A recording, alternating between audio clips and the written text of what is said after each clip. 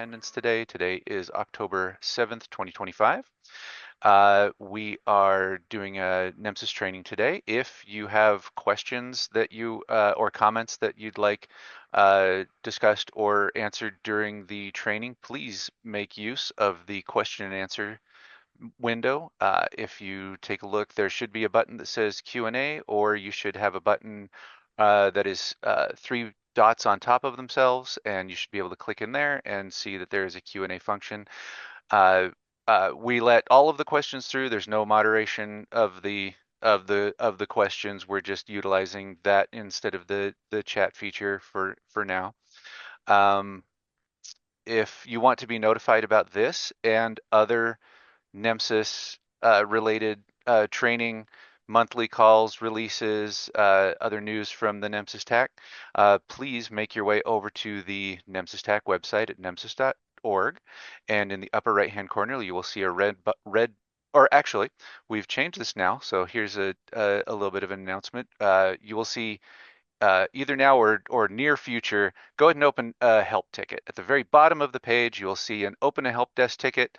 Click there, say open a ticket and say you would like to be added to the NEMSIS mailing list. Give us the email address and you will be notified about this and many other wonderful NEMSIS announcements from then on. And that all goes through a listserv system. So if there's ever an opportunity you want to unsubscribe from that, I couldn't imagine why. But if you did want to do that one day, you can click and unsubscribe from that list or pass on that information to someone else who'd be interested. This training is being recorded and will be posted on our YouTube channel and on the NEMSIS website. And also to put in a quick plug, if you another way to connect with the NEMSIS TAC for announcements is on social media. So pretty much any popular social media site that you can that you're on, look for NEMSIS TAC and you will find all of our announcements and everything on there.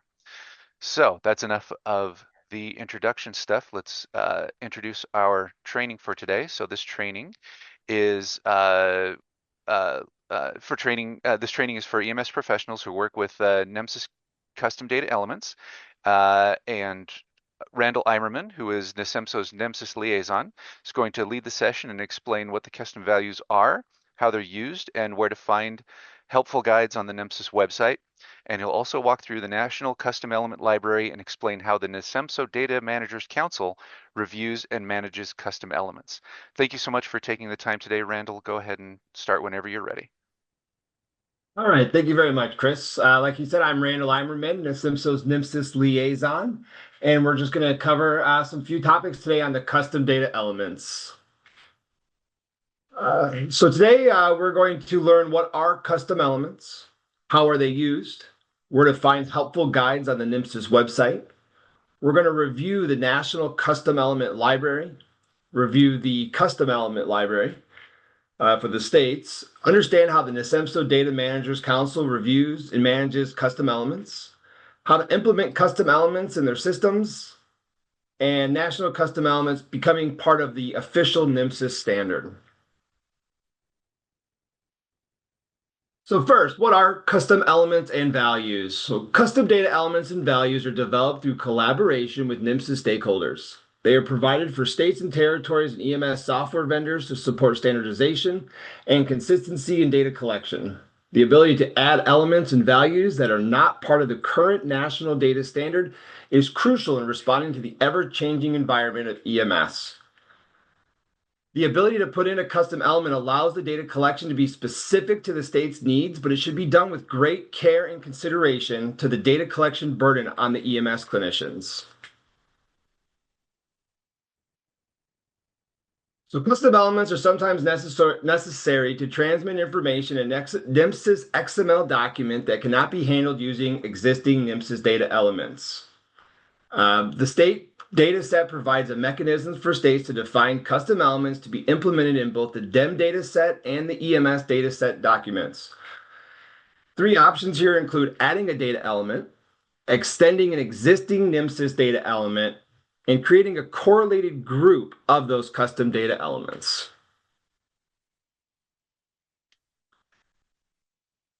While the data documented in a custom element and values are not sent to the National EMS Data Repository, they are valuable to the states and territories and vendors in collecting and assessing new and emerging trends without having to implement a full new standard. We saw examples here like COVID-19 when we did our travel history, our immunization status, or even had the ability to document the COVID vaccine. During the opioid epidemic, we saw the creation of a leave behind naloxone custom element, and most recently, lots of talks about blood transfusions with the three custom elements that have been, our national custom elements have been created of the blood type, the RH factor, and the donor identification number. So first we're going to kind of get into what is a custom element or what is adding a data element. So this is when you add a whole new data element is created to report something NEMSIS does not have a current data element for. So two examples on the screen here is like when recent exposure to infectious disease was needed, a new element, eHistory 903, was created. The other example here would be the leave behind naloxone Narcan kit. When that was needed, there was a lot of collaboration, a lot of EMS stakeholders came into play, and a lot of development went into creating this custom element. That was also added there as eDisposition 901. Another note here would be that custom data elements can also have pertinent negatives and or not values. They can be binary, they can date times, integers or numbers, text strings, or have a list of descriptions and codes like the examples we see on the screen.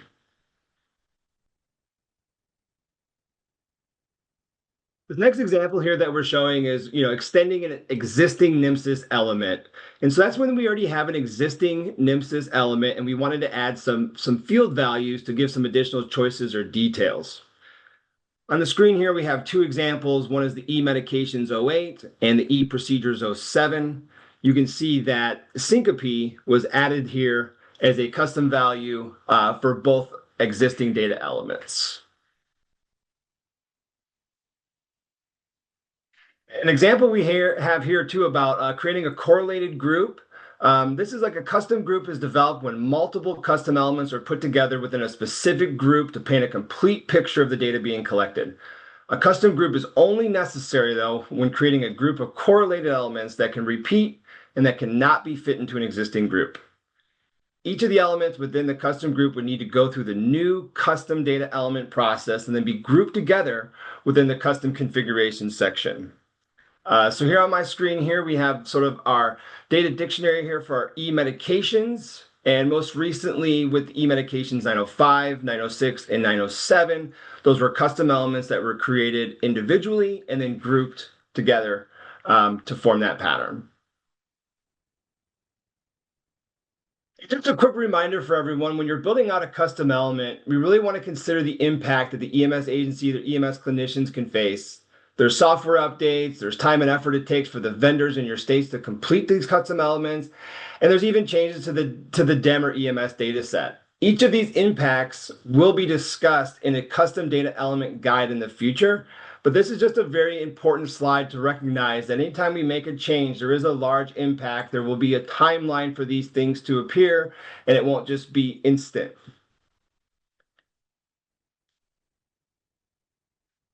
So our next topic here will be just kind of the custom data element guides. On my screen here, we do have a QR code. If you wanted to scan that, that will take you directly to the web page where you'll be able to find these 4 guides. The 4 guides include approaches to using the NEMSIS custom elements. The next 3 kind of all work together, but it's creating the custom elements best practices checklist, creating the custom elements best practice flowchart, and then creating the custom elements best practices guide. It's a very in-depth guide that kind of follows along with those checklists and flowcharts, and it's really incorporated with the approaches to using the NEMSIS custom elements. QR code, like I mentioned, will bring you directly to the site. We're also going to navigate this on our NEMSIS website. So if you wanted to follow along, you're more than welcome to open your web page. I'm sure we're all very familiar with this. I will be starting here from the home page today. But at the top there, we have our banner under technical resources. We want to go ahead and just hover over that. Let that scroll down. We'll select our guides and usage. We'll scroll down just a little bit where we'll find all four of those documents, the approaches to using, the creating the custom elements checklist, the flowchart, and the guide. I do highly recommend that you click all of those open, you read through them, and then you kind of save those into a file or make sure you're able to access this web page when needed. It's definitely guides that you're going to want to have with you when you start this process. So I really wanted to highlight this approaches to using NEMSIS custom elements document. This guide describes how to implement the custom elements in NEMSIS version 3. The guide provides some sample scenarios where custom elements would be needed and demonstrates how they would be implemented. This guide is useful for both the EPCR vendor, the data managers who are implementing a custom data element. The custom element definition and result would be implemented in a NEMSIS XML document as it's illustrated on the right.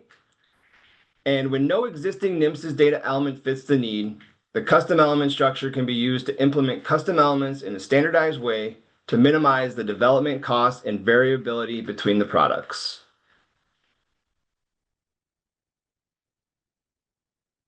The next three documents, really the goal of these documents is to assist the state and territory data managers when considering requesting a custom element value or even grouping those into the EPCR vendor by providing recommendations and best practices. Using these three guidance documents together will greatly assist your success with the custom data element. So once again, we're going to be just kind of on the page. We're going to click through them all just so that we can all see a great example of them. So we have our checklist, our flow chart, and our guide. First here, looking at our checklist for our custom elements is really kind of this step-by-step on what step you're on, who the responsible party is for it, and then kind of leading you into your next step so that you can continue down the path of creating your custom element.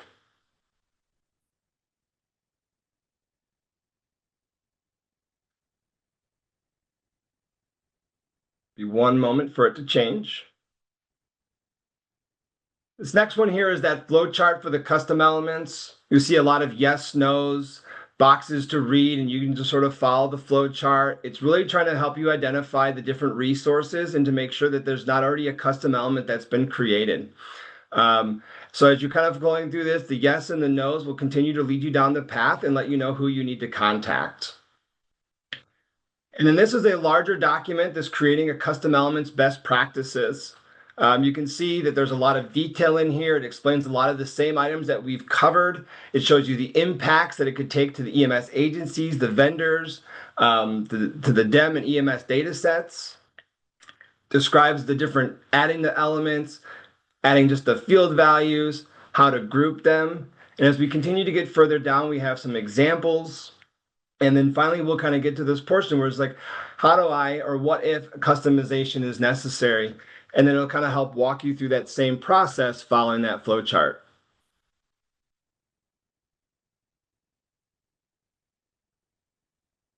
So the next item that we want to look at here are some of our custom data element resources.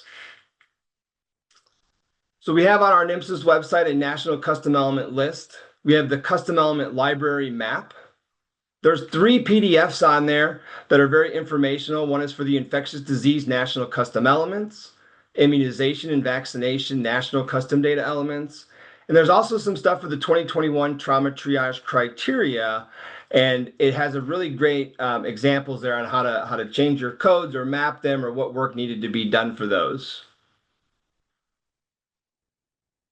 So once again, from the NEMSIS webpage, we'll go to our technical resources. And we're going to select our custom element library this time. When we open that up, we'll see lots of different hyperlinks here, national custom element list.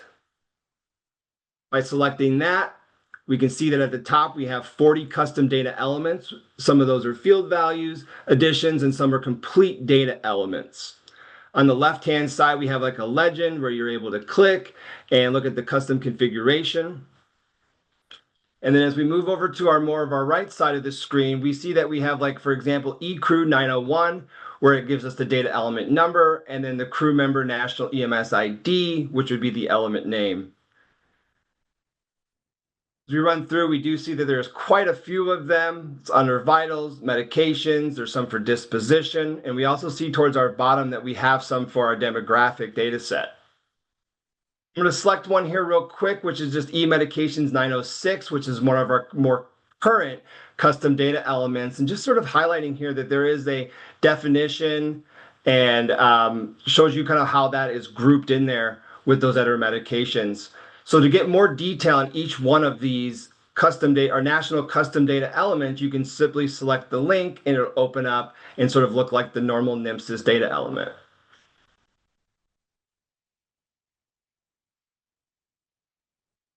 So next we're going to review the custom element library, and this is more of our state custom map. Um, Once again, navigating just from this custom element library page, I will select the custom element library map. By selecting that, you'll see a picture of the United States of America with all the different states that are selected that have a custom element for use. Across the top, we have some of the categories just to help you select them if need be, and that'll bring you into all states that are using them. Once again, the blue highlighted states are the ones with the custom elements, and we're going to just sort of pick on Arizona. You can see here Arizona has looks like 55 different results. Scrolling down, you can see all the different results that they have. And then I'll just sort of pick on eDispatch 01, which is the dispatch reason. When I click that, once again, we can open it up and we can see that this is an existing NEMSIS data element that we've added 4 field values to.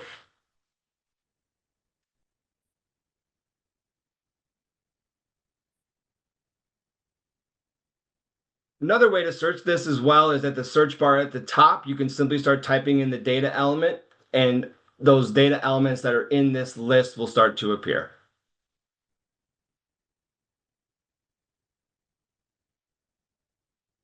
And then the last part of this resources page is actually just the resources here at the bottom, these informational documents, infectious disease, the immunization and vaccinations, and then the updates to e-injury 03 and 4 for the 2021 trauma triage criteria. These are just great PDFs that'd be good, just for educational purposes. You can borrow this to sort of represent anything that you needed to for your state. And you can also use these to sort of verify that you have the right element, the right title, and the proper description for those elements that you're trying to add into your state data set.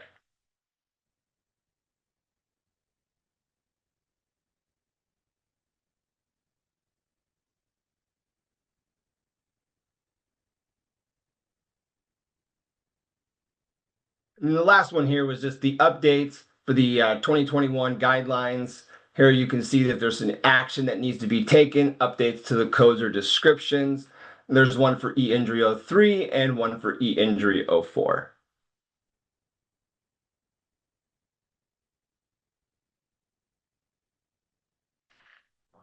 So next, we're going to describe just a little bit of what the SIMSO Data Managers Council process looks like when it comes to this custom data element process. So for everyone who's aware, the NEMSIS Data Managers Council, we do attempt to be represented at all council and committee meetings. Every one of these councils and committees, they touch data in some way. They've had suggestions or different projects that they're working on, and we sort of see this as an opportunity to make that better or to make a change for them, so they can start getting the data that they want. So NEMSIS does, of course, have the data managers, our medical directors. We do a lot of work with pediatric emergency care, personal licensure, which we can actually see there was a custom element added recently for that, just under the National EMS ID. We do preparedness and response, and we also have our Trauma Managers Council. When it comes down to the committees, one that we've been super involved with recently is the CPMIH committee. We also do work with agency vehicle licensure, the highway safety, pediatric safe transport. Currently working on some methods now to represent some pediatric transports more safely. Specialty systems of care, which are like our stroke and STEMI registries, and then the SMARTS, or the substance abuse committee, has been really helpful in a lot of the data collection processes we needed for our leave behind naloxone. So as I mentioned before, there's a lot of members from the data manager who take a lot of their own time. They volunteer to go to these other councils and committees to sort of support them and to bring information back for us. So depending on who makes this request, we hear it from not only our own organization within the SIMSO on V3 NEMSIS calls. We also have, NHTSA's Office of EMS, the NREMT EMS Compact, the Blood Pre-Hospital Blood Transfusion Initiative Coalition are just a few examples, and we know that that list kind of continues. But that's kind of where these requests are made, or because some of them kind of sort of hears that this is data that's looking to be collected. So we kind of the person who's heard the request sort of brings it back. They can either email myself or our DMC chair, and then we kind of present this to our DMC group, and the DMC just sort of agrees to work on this project and create it. So in between the time that we've agreed to create this custom element and the time before we sort of go to our working meetings, we do a lot of information gathering. We reach out to our resources. We talk to NEMSIS. We talk to the vendors, see if there's anything that's being collected. We, of course, look through our own custom element library and check the current national standard just to see if anything needs to be done. When we kind of get to the point where we're ready to move forward, we bring it to what we call our DMC working meeting. That used to have a different title where we were using extended data definitions and a custom element meeting as separate, and those just two have been merged. While we're in this DMC working meeting, there's a lot of great minds. They go through the different elements, we discuss it, we go through scenarios, we make sure that it can be documented the way it needs to be. It's standard, it's useful, a lot of discussion on this stage here.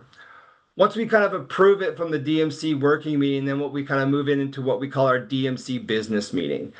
During that business meeting, there's sort of that final vote where all the members who participated, maybe they weren't involved in the creation of the element or couldn't make it to that working meeting. They kind of get that final yes, no, where we sort of vote on this element. We look for some final suggestions. So as we kind of move over to this approved vote stage, if we get the approved vote, or I'm sorry, if we don't get the approved vote, then we actually take this data element back into the DMC working meeting, and it sort of sits in this circle for a while until everyone's really happy with that data element. After it's been approved, though, in our DMC business meeting, and that's where that yes comes in, that's kind of the stage where we're going to submit this now to the NEMSIS help desk for the creation of the custom element.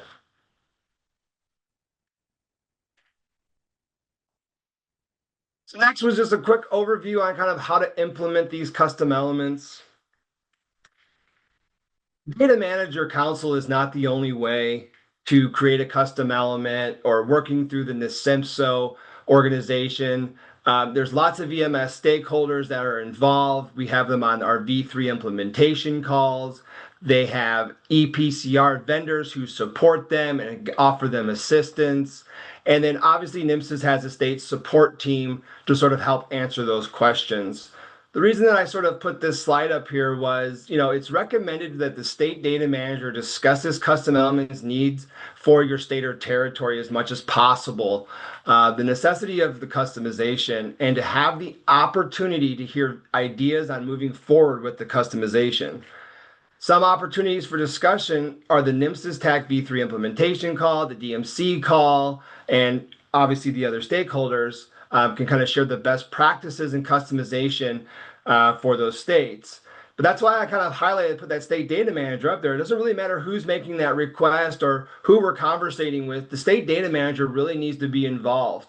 If one state or territory needs a custom element or value, it's very possible that there's many other states that will need that exact same customization for their own system.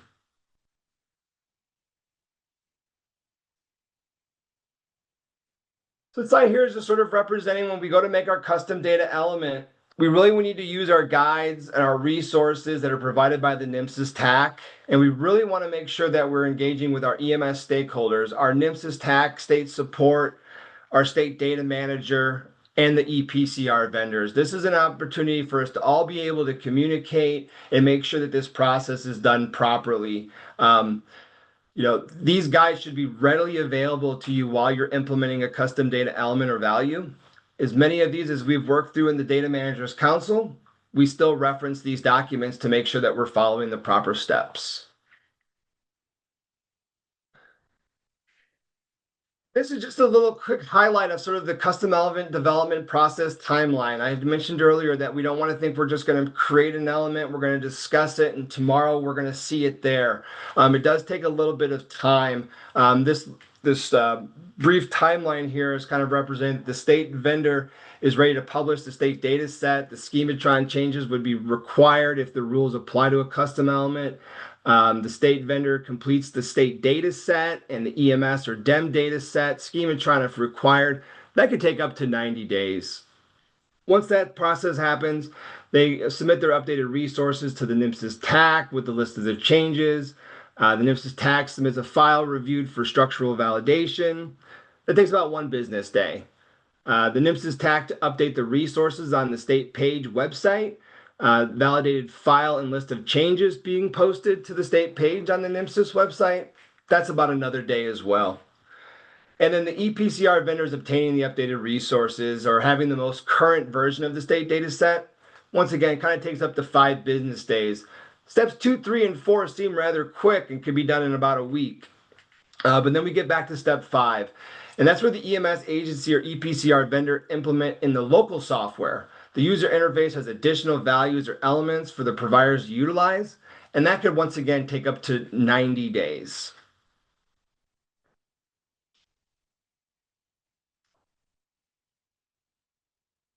And the last part of this here is just sort of a discussion that was held during the NEMSIS annual meeting in Park City for 2025, and that was the national custom elements into the NEMSIS standard.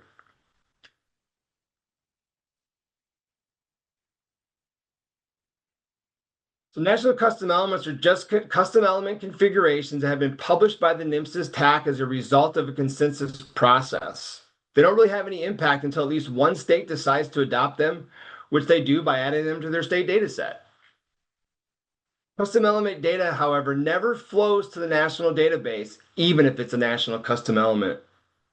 We currently have 29 national custom data elements that need more adoption from our states. 11 custom values exist for existing NEMSIS data elements. Five of those 11 are state and national recommended data elements.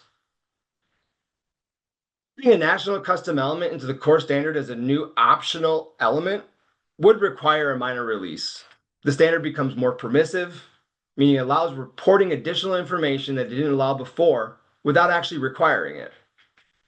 If we wanted to take the same element and making it required or mandatory, that would require a major release because it would make the standard more restrictive and the new element would have to be present.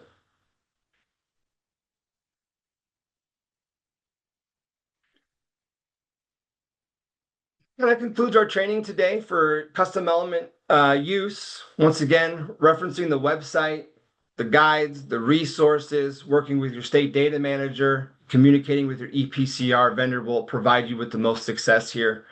If you have any questions about today's training, you can submit a help desk ticket. Someone will be able to answer your questions. You can visit the NEMSIS.org page. Chris mentioned it earlier. Bottom right of the web page, you'll find a help desk ticket. You can also scan this QR code.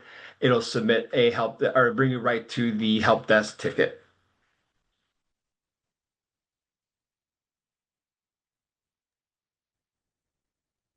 All right, thank you, Randall.